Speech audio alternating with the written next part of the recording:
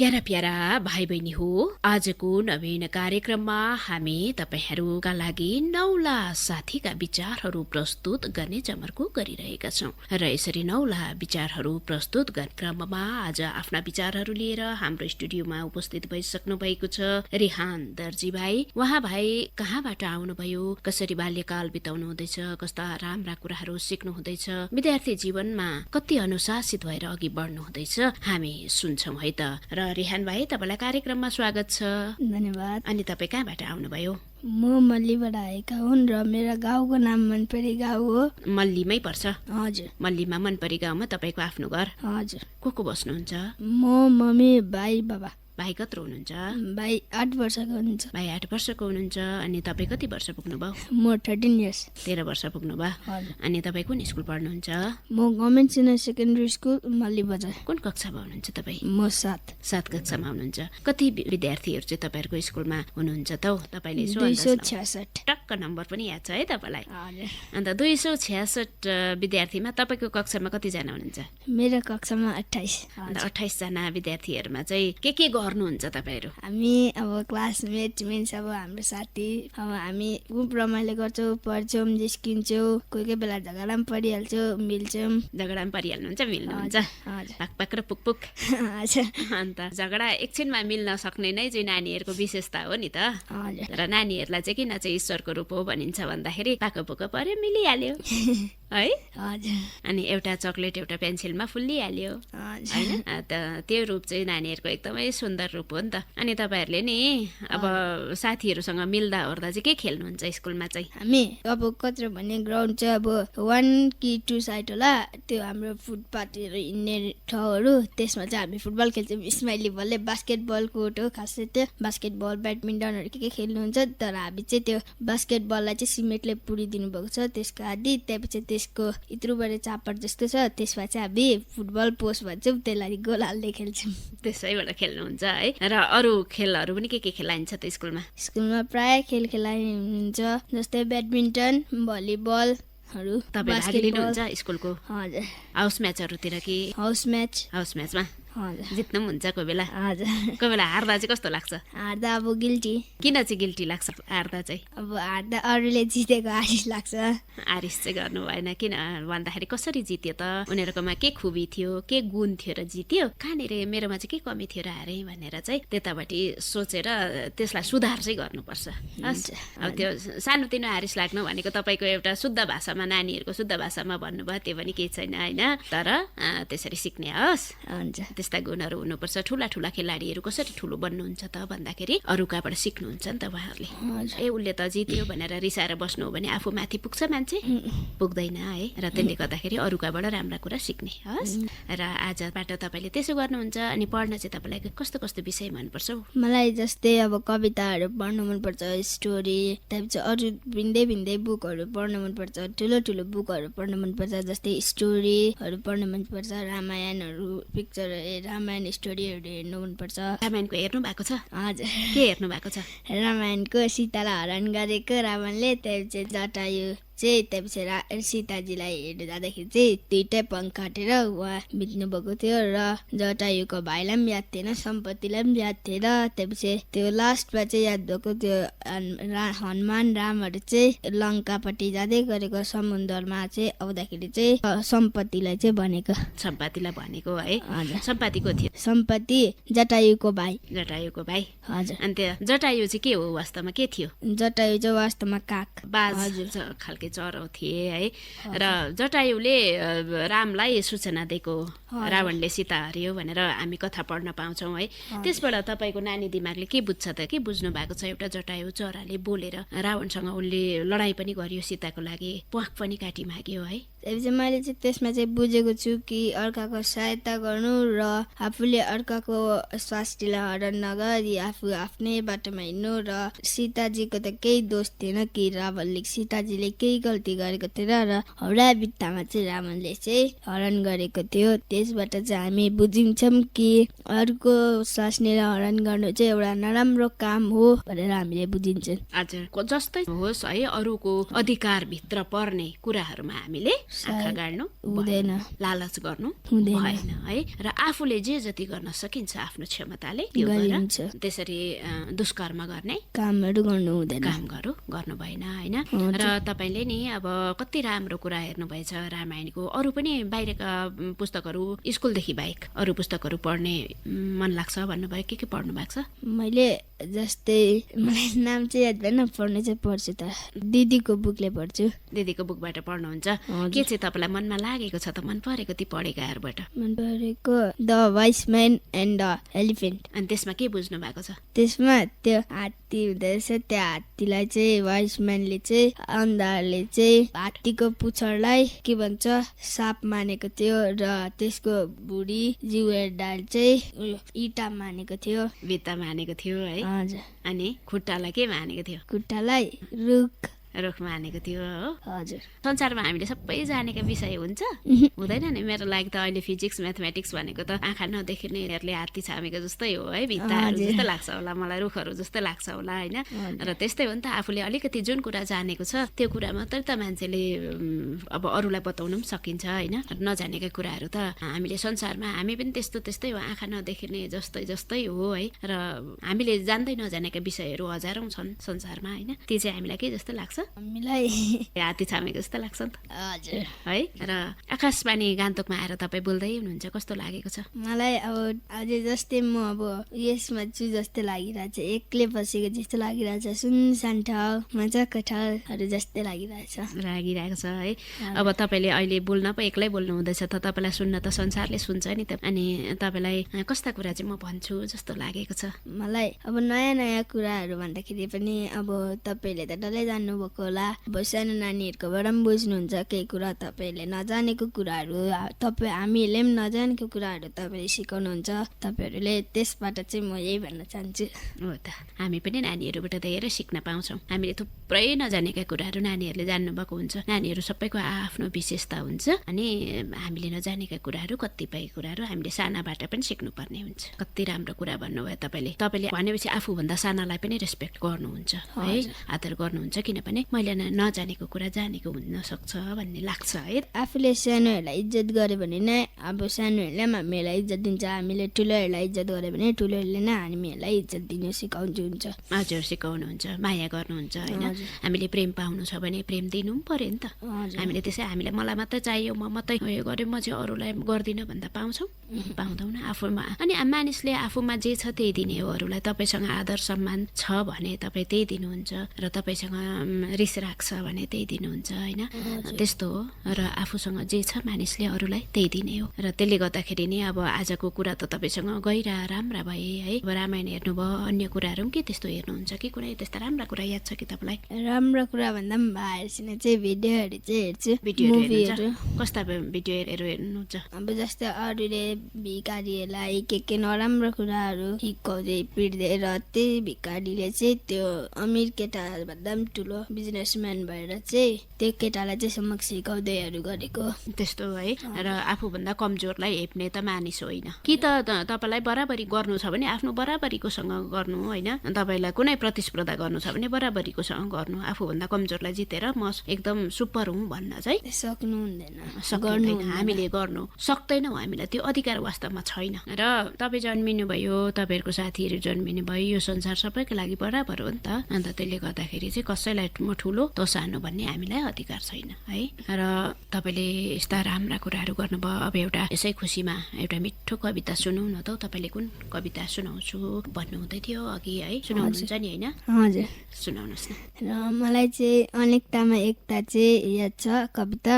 म तिमी जस्तै, तिमी म जस्तै, फेरि झगडा किन के कस्तै, र आउन साथी मिलिजुली बसौ, घाम जुन जस्तै, नदी र पर्वत मिल्न सक्छ, हामी किन के कस्तो, रङ जात र धर्मले के गर्छ, संसार तामिएको छ कर्मले, आउन साथी मिलिजुली बसौ, घाम जुन जस्तै, आउन साथी मिलिजुली बसौ, कुना कुनामा खुसीको रङ्ग भरौँ। मजाले सुनाउनु भयो अनेकतामा एकता। अन्त तपाईँको कविताले के भन्छ, के बुझ्नु भएको छ? अब हामीहरूले चाहिँ अर्कालाई हेरफेर नगरौँ, रङ जात र धर्मले के गर्छ, हामी एउटै हो सबैजना। मान्छेको खुन काट्यो भने पनि रातो नै निक्लिने हो कि अरूको खुन सेतो निक्लिन्छ? मलाई त्यो भनिदिनुहोस्। र तपाईँले त एकदम मानवतावादी कुरा गर्नुभयो है र तपाईँले अब पछि गएर पनि है मानवता कस्तो हो भन्ने कुरा उदाहरण छोड्नुहुन्छ होला, छाप छोड्नुहुन्छ होला। तपाईँलाई त्यसका निम्ति धेरै धेरै शुभकामना। र तपाईँले यसरी कविता सुनाउँदै गर्दाखेरि चाहिँ देशमा कसरी मान्छे मिलेर बस्नुपर्छ भन्ने कुरा पनि अलिकति प्रसङ्ग उठाउनु भयो है। र हाम्रो देश भारत कस्तो चाहिँ देश हो त, तपाईँलाई कस्तो लाग्छ?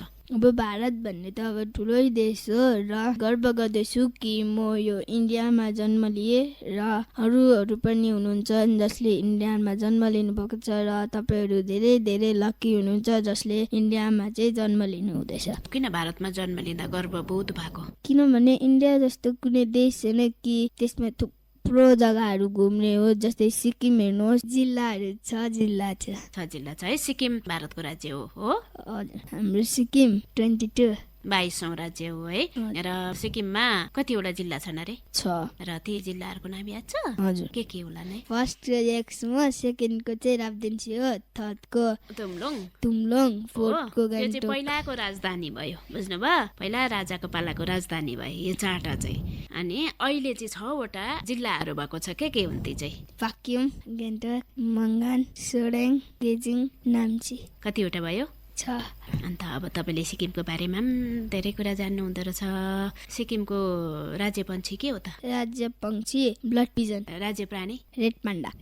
अनि स्टेट फ्लावर नोबल अर्किड। अनि राज्य रुख? रोडोडेन्ड्रन भनेको गुराँस। कस्तो फुल्छ? रेड पनि, व्हाइट पनि, कता फुल्छ? पिङ्क, रेड पनि फुल्छ है। हजुर। तपाईँ मल्लीमा बस्नुहुन्छ। मल्ली तपाईँको बस्ती एरिया हो? होइन, बस्ती एरिया पनि छन्, तर हामी चाहिँ बजारमै बस्छौँ। त्यो चाहिँ अब हामीले नाम राखिदिएको मनपरी गाउँ हाम्रो चाहिँ। मनपरी गाउँ चाहिँ तपाईँले नाम राखिदिनु भएको? हजुर। भनेपछि तपाईँहरू सब्जीहरू किनेर खानुहुन्छ? हजुर। रोप्ने ठाउँ छैन अहिले? अन्त त्यसो भने तपाईँ बजारकै जिन्दगी जिउनुहुन्छ है। भने जस्तो खेल्न पाउनुहुन्छ बजारमा? फ्ल्यास पार्टीले चाहिँ हाम्रो ग्राउन्ड गएको छ र हामीले ग्राउन्ड जाँदाखेरि चाहिँ अस्ति नै 15 अगस्तमा चाहिँ हामी फुटबलमा चाहिँ खालि सेमी फाइनलसम्म मात्रै पुग्न सक्यौँ र हामीले जति जस गरे पनि हामी जित्न सकेनौँ, किनभने हाम्रो प्र्याक्टिस राम्रो थिएन र ग्राउन्ड बनिँदैछ। र त्यस गर्दाखेरि चाहिँ हाम्रो ग्राउन्ड गएको छ र ग्राउन्ड जाँदाखेरि चाहिँ हामी अब राम्रो प्र्याक्टिस गर्न नसकिँदा हामीले जति जोस दिए पनि हामी जित्न सकेनौँ र हामी अर्को पालि ट्राई गर्नेछौँ कि हाम्रो ग्राउन्ड आउँदैछ फेरि। अब मान्छेलाई आपद विपद आउँछ है, यसरी अब हुँदैछ, बनिँदैछ, हामी फेरि गर्छौँ भन्ने जोस राख्नुपर्छ। त्यो चाहिँ अब हामीले कहिले पनि त्यो आशालाई मार्नु हुँदैन होइन। तपाईँले एउटा अब यो खुसीमा तपाईँ आशावादी भएर अघि बढ्नु हुँदो रहेछ। तपाईँलाई देखेर एकदमै खुसी लाग्यो, तपाईँलाई सुनेर एकदमै खुसी लाग्यो। र तपाईँले नि अब एउटा यस खुसीमा मिठो गीत सुनाइदिनु न त।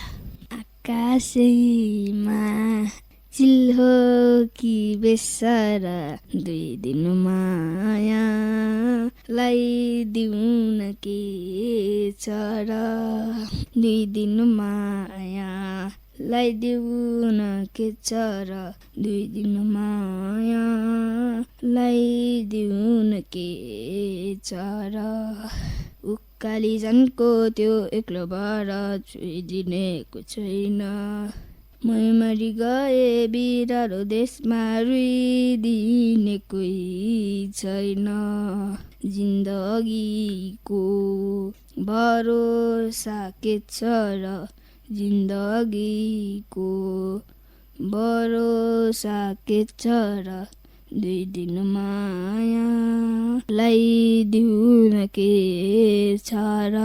जिन्दगीको भरोसा त छैन, तर जिन्दगी अनसर्टेन छ भनेर हामी केही नगरी बस्न सक्दैनौँ। हाम्रोमा अगाडि आएको चुनौतीहरूलाई हामीले पार गर्नुपर्ने हुन्छ। अन्त अगाडि आएको चुनौतीहरूलाई पार गर्दै गर्दै हामी त्यसरी त ठुलो मान्छे बन्ने हो है, समयले दिएका शिक्षाहरूलाई लिँदै। अनि तपाईँ अब आमा बाबाले भनेको कति मान्नुहुन्छ हो कि कोही बेला तपाईँलाई रिस पनि उठ्छ? हजुर, रिस पनि उठ्छ। कोही बेला कहाँ जानु साथीहरूसँग खेल्नु जानु नदिँदा। तर प्रायः जस्तो चाहिँ मेरो मम्मी बाबाले स्ट्रिक्टै गर्नुहुन्छ र स्ट्रिक्ट गरेको एउटा राम्रै हो, आफ्नै लागि गरेको हो र म यस कुरामा चाहिँ राम्रै लाग्छ मलाई चाहिँ। अनि अनुशासन कतिको महत्त्वपूर्ण छ जीवनमा अघि बढ्नका निम्ति, के भन्नुहुन्छ तपाईँ? डिसिप्लिन चाहिँ अब एउटा स्टुडेन्ट भएपछि ठुलो मान्छे होस् या पढेको होस् या नपढेको होस्, डिसिप्लिन चाहिँ सबै मान्छेहरूतिर चाहिँ हुनु नै पर्ने छ। तपाईँ कसरी मेन्टेन गर्नुहुन्छ त्यसलाई? अब आफूले टाइम टेबल बनाउनुपर्छ र जति पनि हामीले गर्दाखेरि चाहिँ जे पनि गर्दाखेरि चाहिँ हामीले टाइम टेबल नै गर्नुपर्छ। तपाईँलाई हुनु चाहिँ के मनपर्छ पछि पढेर? मलाई फुटबलर हुनु मनपर्छ। फुटबलर हुनु मनपर्छ? हजुर। अनि कतै बाहिर पनि खेल्नुहुन्छ कि स्कुलतिर मात्रै खेल्नुहुन्छ? होइन, बाहिर पनि खेल्नुहुन्छ? कहाँ कहाँ खेल्नु भएको छ? मैले कोशी, किताम, नाम्ची है। अरू टिमसँग जानुहुन्छ है? हजुर, आफ्नै क्लबबाट के क्लब छ तपाईँहरूको? एफसी मल्ली। एफसी मल्ली छ? हजुर। तपाईँ जुनियरमा खेल्नुहुन्छ? हजुर, अन्डर 14 मा खेल्नुहुन्छ? हजुर। त्यति जग्गातिर खेल्नु पनि भयो, राज्य बाहिर चाहिँ जाने मौका परेको छैन होला है? हजुर। तपाईँलाई मनपर्ने फुटबलरको? मेरो नेमार। तपाईँलाई कहाँसम्म चाहिँ पुग्छु जस्तो लाग्छ फुटबल खेलेर? मलाई त ब्राजिल, पोर्टुगल पुग्छ जस्तो लाग्छ। पुग्छु जस्तो लाग्छ है। लु, तपाईँलाई एकदमै एकदमै धेरै धेरै धेरै शुभकामना यसका निम्ति। तर त्यसका निम्ति ठुला च्यालेन्जेसहरू आउँछन् है। ठुलो मान्छे बन्नका निम्ति च्यालेन्जेस पनि ठुलै खप्नुपर्छ र त्यसमा चाहिँ तपाईँले हिम्मत नहार्ने। हस्, अन्त तपाईँले यहाँ पाल्जर स्टेडियममा आउनु भएको छैन होला खेल्न कि खेल्नु भयो?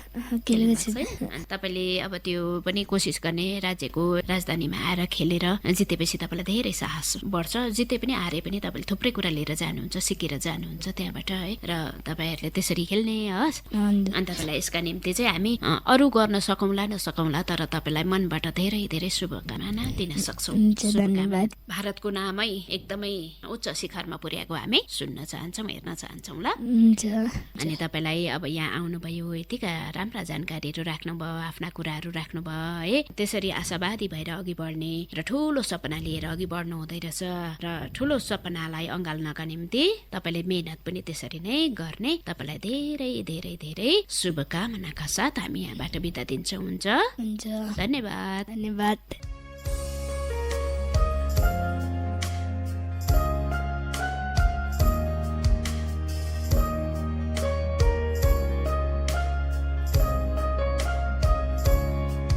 रेहान दर्जी भाइका कुरा सुन्नुभयो, राम्रा राम्रा कुराहरू गरेर जानुभयो उहाँ पनि। उहाँले सिक्किमका राम्रा कुराहरूलाई सुनाउनु भयो। केही क्षणमा जानकारी पनि सिक्किम विषय नै पाउनुहुनेछ। जन्मभूमि त्यसै पनि स्वर्ग हुँदछ, जुन माटोले हाम्रो भार उठाएको छ त्यस पूज्य भूमि सम्बन्धित नै गीत पनि सुनौ है त।